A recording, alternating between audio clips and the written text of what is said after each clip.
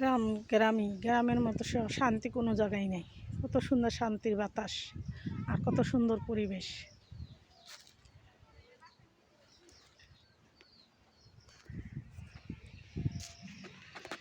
গ্রামের দৃশ্যগুলো দেখলে অসাধারণ লাগে, মনটা শান্ত হয়ে যায়।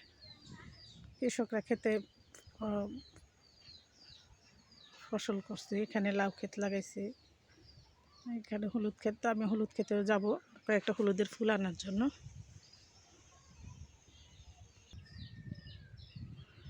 কি সুন্দর আঁকা বাঁকা পথ, মেঠো পথ, জাংলা দিয়ে রাখছে, বাঁশঝাড়।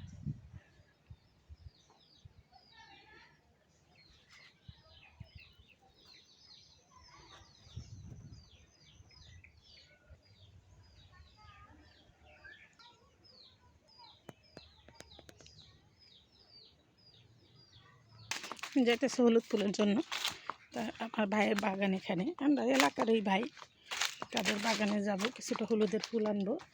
আগে জিজ্ঞেস করে নিতে হবে, যতই হোক আত্মীয় স্বজন পাড়া প্রতিবেশী, না জিজ্ঞেস করে তার নেওয়া যায় না। আর ফুল আছে কিনা তাও জানি না। তো এই যে এখানে হয়েছে হলুদ ফুল গাছ, হলুদ গাছ, এখান থেকে ফুল পাইলে নিয়ে যাব। আর সিম গাছেও ফুল এসে পড়ছে, দেখেন কত সুন্দর।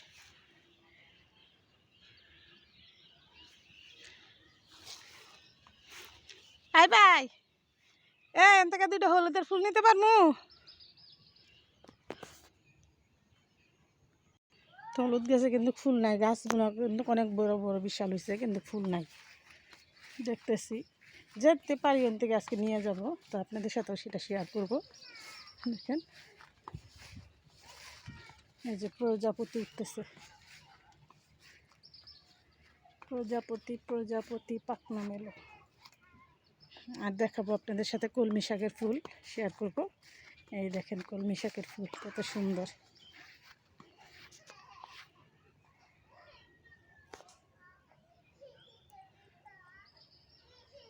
লাল শাক বুনছে, পালং শাক, লাউ শাক।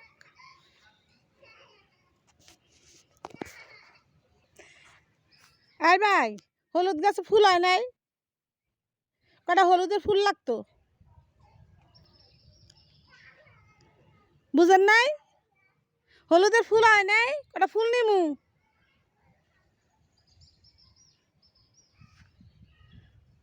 আকাশে দেখেন অবস্থা,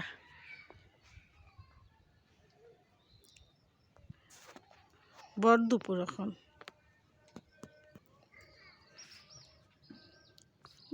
কত মনোমুগ্ধকর দৃশ্য দেখেন, কত সুন্দর লাগতেছে পরিবেশটা। এরকম জায়গায় ঘুরতে আসলে পরাণ ঠান্ডা হয়ে যায়। তো ভিডিওটা আর বড় না করে আমি এখানে রেখে দিলাম। দেখেন আকাশের কি লুক, খুব সুন্দর লাগতেছে ভিউটা। তো আমি লুক সামলাইতে পারিনি, সবসময় আমি বাহিরে বাড়িলে বাহিরের ভিডিওগুলো করে নিয়ে যাই আর আপনাদের সাথে সেটাও শেয়ার করি।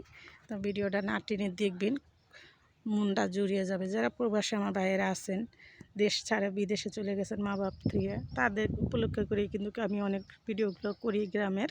তো আপনারা অনেক ভালোবাসেন আমি জানি। তো আপনারা আমার ভিডিওগুলো দেখবেন আর একটু হলেও ভালোবাসে পাশে রাখবেন। আর নতুন নতুন ভিডিও পেতে সাথেই থাকবেন।